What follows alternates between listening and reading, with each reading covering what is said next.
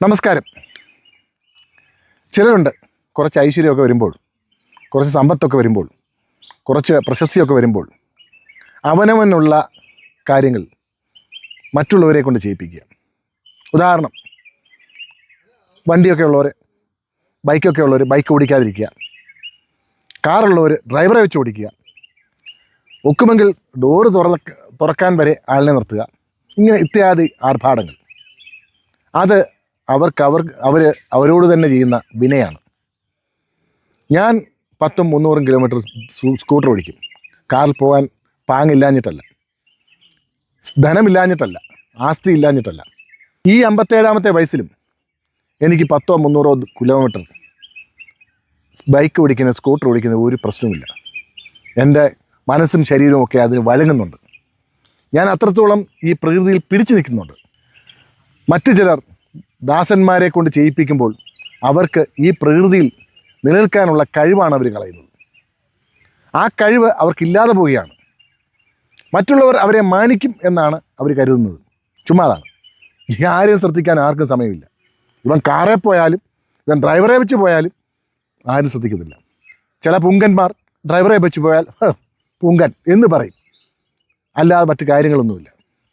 അവനവൻ ചെയ്യേണ്ട കാര്യങ്ങൾ, അവനവൻ വണ്ടി ഓടിക്കണം, അവനവൻ വീട് വൃത്തിയാക്കണം, അവനവൻ്റെ കാര്യങ്ങൾ ചെയ്യണം. അതൊക്കെ ചെയ്യുന്നത് നമ്മുടെ നിലനിൽപ്പിന് വളരെ നല്ലതാണ്. ഈ ഭൂമിയിൽ നിലനിൽക്കണമെന്നുണ്ടെങ്കിൽ നമ്മുടെ കഴിവുകൾ പ്രയോഗിക്കണം. നമ്മൾ നിശ്ചലരായി ഇരുന്നാൽ, നമ്മൾ ഐഡിയലായിട്ടിരുന്നാൽ നമ്മുടെ കഴിവുകൾ ഇല്ലാതെ പോകും. ആ കഴിവുകൾ നിലനിർത്താൻ നമ്മുടെ ജോലികൾ ചെയ്യുക, നമുക്ക് പറ്റുന്നതെല്ലാം ചെയ്യുക. നമ്മുടെ ചെറുപ്പം പിടിച്ചു നിർത്തണമെന്നുണ്ടെങ്കിൽ, നമ്മുടെ ആരോഗ്യം പിടിച്ചു നിർത്തണമെന്നുണ്ടെങ്കിൽ നമ്മളുടെ കാര്യങ്ങൾ നമ്മൾ എന്തൊക്കെ ചെറുപ്പത്തിൽ ചെയ്തിരുന്നോ അതൊക്കെ നമ്മൾ അനുവർത്തിച്ചു പോവുക. അല്ലാതെ മറ്റുള്ളവരെ ഏൽപ്പിച്ച്, എല്ലാത്തിനും മറ്റുള്ളവരെ ഏൽപ്പിച്ചാൽ എല്ലാം മറ്റുള്ളവർ കയ്യേറ്റു പോകും. നമുക്ക് ചെയ്യേണ്ട കാര്യങ്ങൾ നമ്മൾ ചെയ്യണം. നമ്മളിരിക്കേണ്ടത് നമ്മളിരിക്കണം. അപ്പോൾ ചില പുങ്കന്മാരുണ്ട്, കാറ് ഡ്രൈവർ ഒക്കെ വെച്ച് ഇങ്ങനെ പോകുന്നവർ. അവർക്ക് ഡ്രൈവിംഗ് ഒക്കെ അറിയാം, നന്നായി ഡ്രൈവ് ചെയ്യുന്നവരാ. മറ്റുള്ളവരുടെ മുന്നിൽ ഗമയ ഉണ്ടാക്കാൻ ആരും ശ്രദ്ധിക്കത്തില്ല. പുങ്കൻ എന്ന് മാത്രം പറയും, അല്ലാതെ വലിയ അർത്ഥമൊന്നുമില്ല. ഞാൻ സ്കൂട്ടറിൽ എവിടെ ചെന്നിറങ്ങിയാൽ എന്നെ ആരും അവഹേളിച്ചിട്ടില്ല. ഞാൻ കാറിൽ ചെന്ന് ഇറങ്ങാത്തതുകൊണ്ട് ഹൈവൻ മോശക്കാരൻ എന്ന് ആരും എന്നോട് പറഞ്ഞിട്ടില്ല. എന്നെ അസൂയയോടുകൂടി ആൾക്കാർ നോക്കുകയാണ് സാധാരണ പതിവ്. കാരണം 10-300 കിലോമീറ്റർ ഞാൻ സ്കൂട്ടറിൽ പോവും, 10-120 കിലോമീറ്റർ സൈക്കിളിൽ പോവും, 100 കിലോമീറ്ററോളം നടക്കും. തിരുവാഭരണ ഘോഷയാത്രയ്ക്കൊക്കെ 105 കിലോമീറ്റർ നടപ്പുണ്ട്. അപ്പോൾ എന്നെ മറ്റുള്ളവർ മതിക്കുകയേ ഉള്ളൂ. ഉണ്ണാമടിയന്മാരെ ആരും മതിക്കത്തില്ല. അവർ ഏതൊക്കെ കാറിൽ പോയാലും, ഏതൊക്കെ ബെൻസിൽ പോയാലും, എവിടെയൊക്കെ പോയാലും.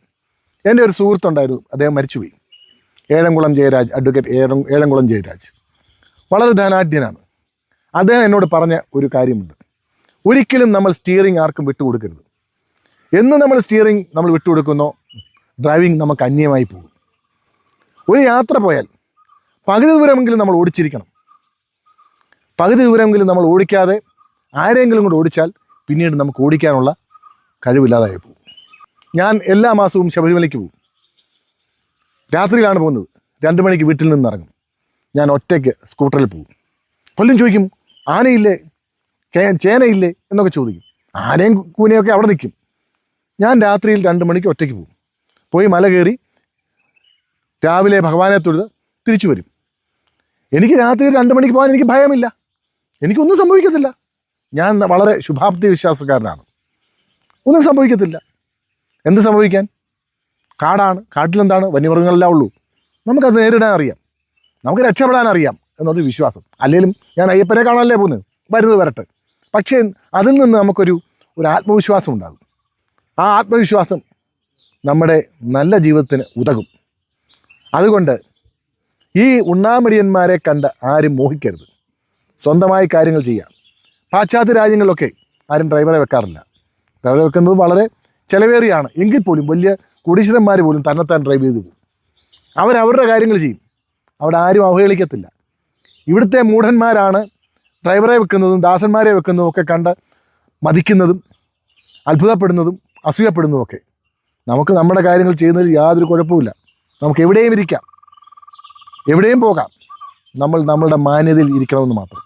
നന്ദി, നമസ്കാരം.